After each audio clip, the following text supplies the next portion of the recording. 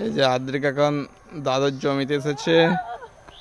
সকালবেলা ঘুম থেকে উঠে কাজকর্ম নেই, এই দাদুর জমিতে ঘুরতে চলে এসছে পড়াশোনা বাদ দিয়ে। একদম তোমরাই বলো ছেলেটা ভালো ছেলে না পচা ছেলে? পড়াশোনা বাদ দিয়ে সোজা চলে এসছে দাদুর জমিতে শাক দেখতে। এখন কলমি শাকের ফুল তুলছি, মাথায় গুঁজবে, শিব ঠাকুর হবে, হরে হরে শম্ভু হবে। দেখে তাকে একটু গুলো গুলো। এই যে দাদু চাষ করেছে কুমড়ো শাক, এগুলো হচ্ছে ডেঙ্গো শাক, লাল ডেঙ্গো।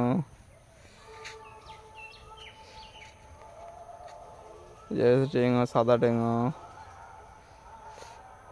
যে কুমড়ো গাছ।